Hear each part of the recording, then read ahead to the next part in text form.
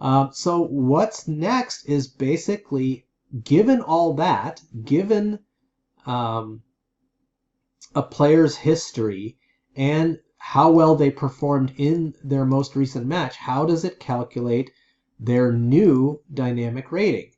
And that is actually the much simpler than everything we've done so far. It's actually a very simple average of how well you performed in the match and your dynamic rating before the match and your dynamic rating 2 matches ago and your dynamic rating 3 matches ago. These 4 numbers that I've circled, if you average them together, you will get, change colors here, you will get your new dynamic rating. So let's test that out. Calculator, please. Oh, I have to escape out of this. Okay, there we go. Okay, so we're going to average together 3.79 plus 3.53 plus another 3.53. Okay, I made a mistake. This 3.53 actually doesn't count because it's really the same 3.53 as this. He played against a player that didn't have a rating yet.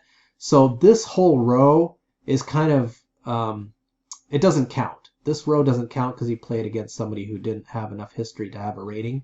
So this row doesn't count. So actually, sorry, let me show you again. I'm averaging together this plus this plus his 3 most recent dynamic ratings. So these are the 4 numbers I'm averaging together. All right. So let's do this again. 3.79 plus 3.53 plus 3.50 plus 3.55 divided by 4 is 3.5925, which is his new dynamic rating. Okay. Now, you may find again that this calculation is off by 0.01 or 0.02, and that's basically most of the time that's a result of rounding error, because internally TennisRecord is storing these numbers to like 4 or maybe even more decimal places. And so its calculations internally are a lot more accurate, but what's visible on the website, I can only see 2 decimal places. And so I'm a little bit limited when I'm doing the averages in my calculator because I'm only seeing 2 decimal places. So my math is going to be a little bit off, not much, but a little bit off, but enough that I might my final answer might be off by 0.01 or 0.02 relative to what TennisRecord is showing.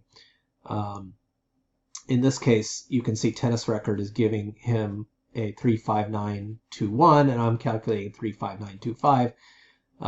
Again, I have limited information to go on, whereas it has more precise information. So anyway, that is how the final dynamic rating is calculated after a match. You average together the performance during the match and the 3 most recent dynamic ratings that the player had. We can do one more example for me, let's say. Let's just do this top one. So, in other words, how did it come up with 3.43 as my new dynamic rating? Well, what it did is it averaged together how well I performed in that most recent match against my 3 most recent dynamic ratings. One from 1 match ago, 2 matches ago, and 3 matches ago. I skipped this one because that's mixed doubles, and mixed doubles is a whole separate thing. It does not get intermingled with your regular matches. So mixed ratings are kept separate, and you can do the same exercise for mixed, but as long as you're looking at only mixed matches, then that's the same logic works.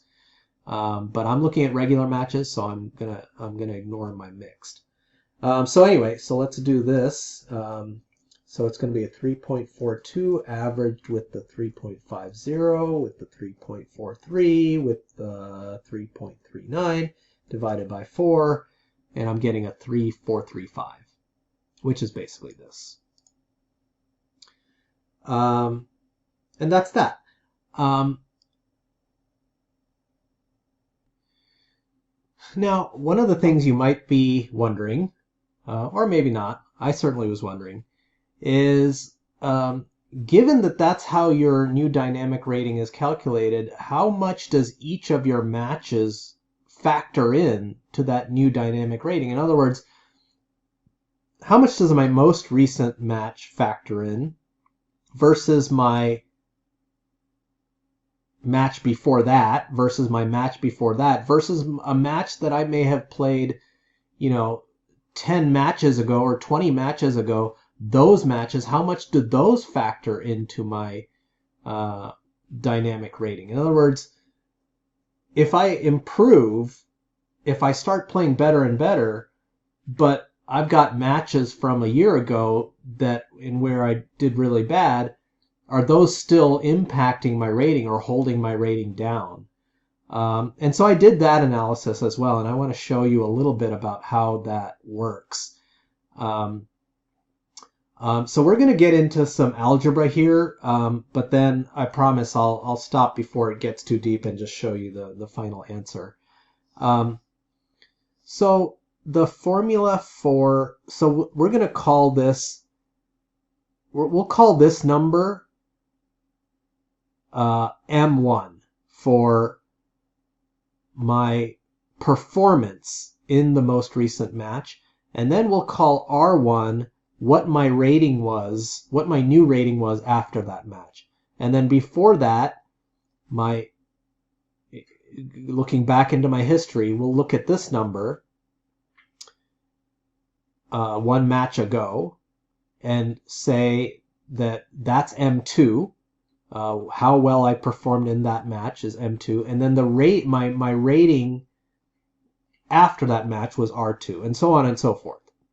The M's are my match performance, and the R's are my ratings, my dynamic ratings, and then the subscripts, the numbers represent how many matches ago was that, right?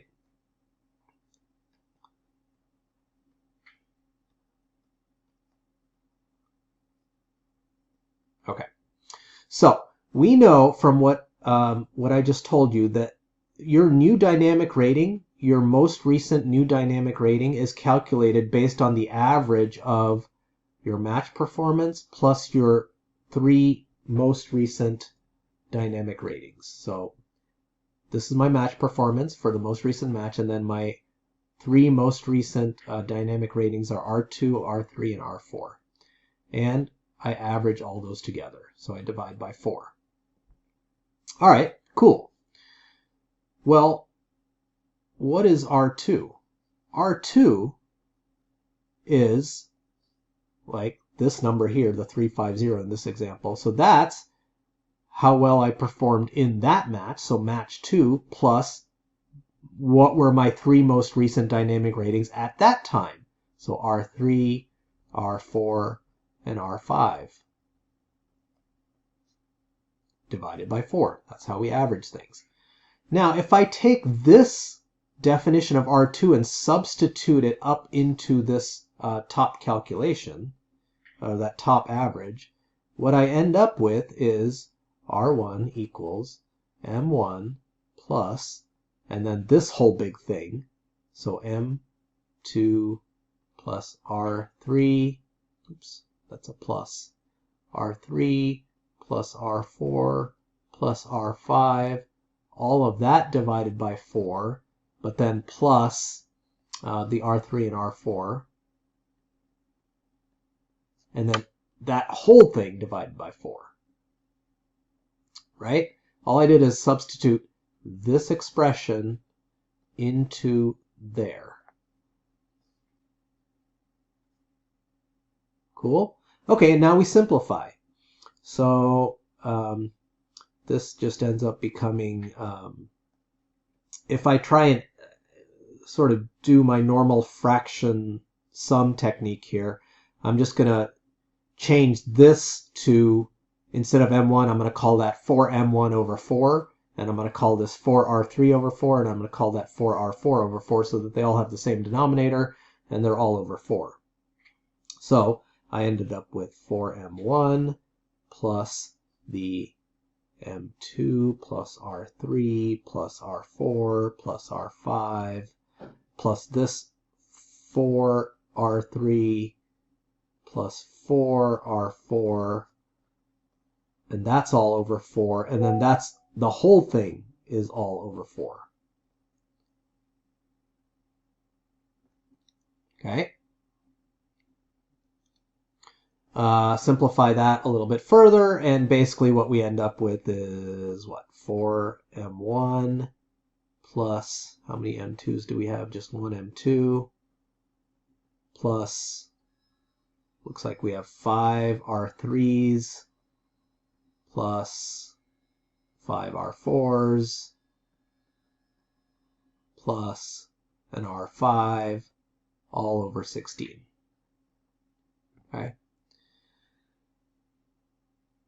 And so what this tells us, change colors here, is that my most recent match, the result from my most recent match, my performance in my most recent match, is weighing 4 times heavier than one match ago. How well I performed one match ago. So that's pretty significant, right? Your most recent match is having a heavier impact on your new dynamic rating than one match ago. In fact, 4 times as much impact. That's a big deal. Now, I could keep going. I'm not going to torture you by doing this within the video because I've already done it on pencil and paper. But I could substitute this R3 with the actual formula for R3, how that dynamic rating was calculated, and R4 and R5 and so on and so forth, and just keep going ad infinitum to figure out how much each of my historical matches impacts my new dynamic rating. So rather than bore you with the algebra, let me just show you what the result looks like. And it ends up being basically this. Let me put one more decimal place into this. There we go. So my most recent match, the one I just played, has a 25% impact on my my new dynamic rating, which is huge.